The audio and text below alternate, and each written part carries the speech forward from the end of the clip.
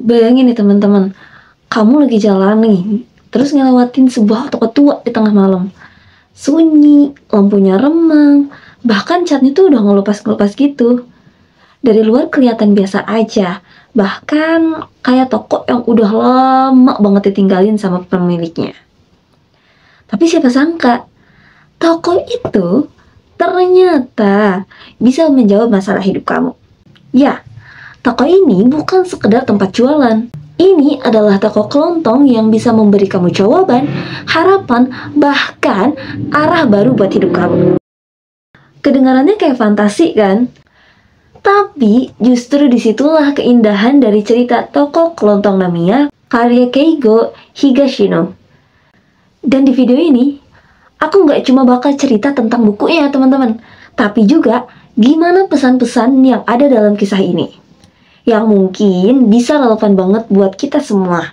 Terutama nih, buat kita yang hidup di zaman yang penuh akan distraksi kayak sekarang.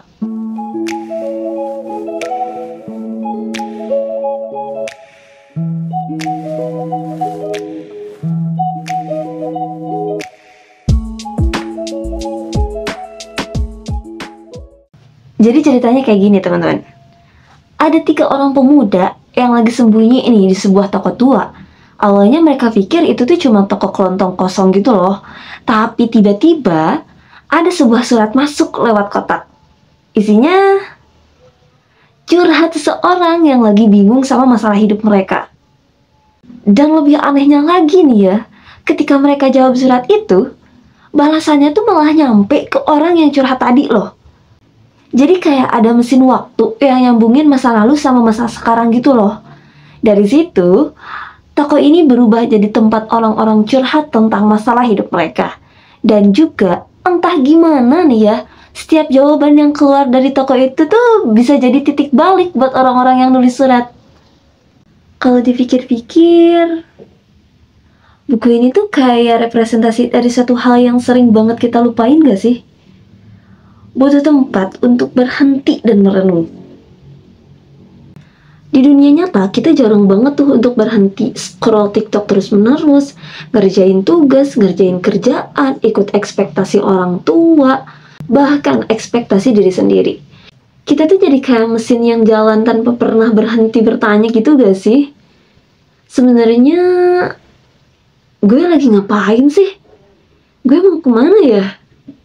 Nah, toko Namiya ini ngajarin kita bahwa kadang solusi itu nggak datang dari jawaban yang instan teman-teman.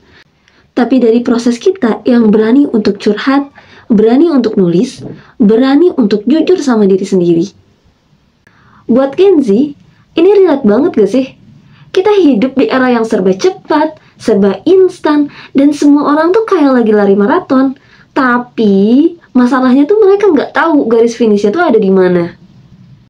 Dari cerita toko Namiya ini, aku jadi belajar 3 hal penting yang bisa bikin hidup kita lebih ringan, tapi juga lebih terarah.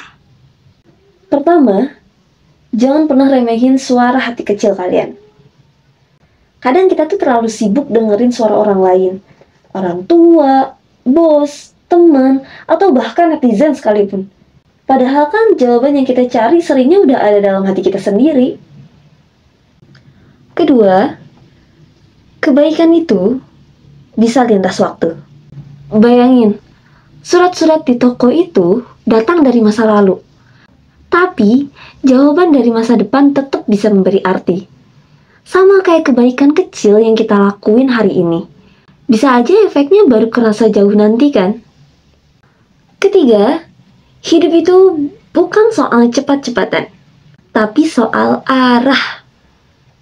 Banyak dari kita yang takut untuk ketinggalan.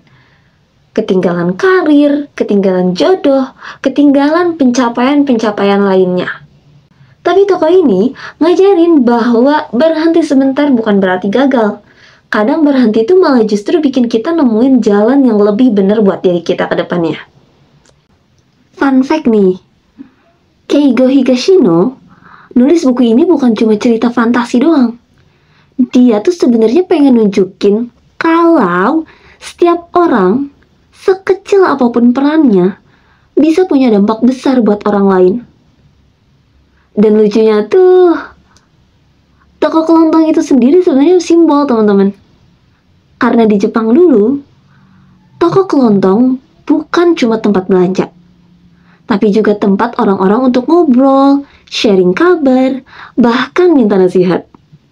Jadi toko Namiya ini kayak penggambaran ulang gitu loh. Kalau kita tuh sebenarnya butuh tempat untuk merasa gue nggak sendirian. Jadi, kalau kamu lagi ngerasa hidup kamu berat banget, bingung harus milih jalan yang mana, atau mungkin ngerasa semua orang lari kenceng sementara kamu masih tertinggal, coba ingat toko Namiya. Mungkin kita nggak bisa nemu toko ajaib yang jawab masalah lewat surat ya teman-teman, tapi kita bisa bikin toko Namiya versi kita sendiri. Bisa lewat jurnal harian, bisa lewat ngobrol sama temen yang benar-benar percaya, atau bahkan dengan berani berhenti sejenak untuk jujur ke diri sendiri. Karena seringnya jawaban itu tuh nggak datang dari luar, tapi biasanya udah ada dari dalam hati kita yang selama ini tenggelam sama bisingnya dunia. Nah teman-teman, kalau kamu suka video ini dan pengen nih dapetin lebih banyak cerita motivasi dari buku-buku keren kayak Toko Kelontong Namiya, jangan lupa klik subscribe, kasih like, dan share ke teman kamu yang mungkin nih lagi butuh dengerin cerita ini. Siapa tahu kan, video ini bisa jadi surat cinta Toko Namiya. Sampai jumpa di video selanjutnya. Bye!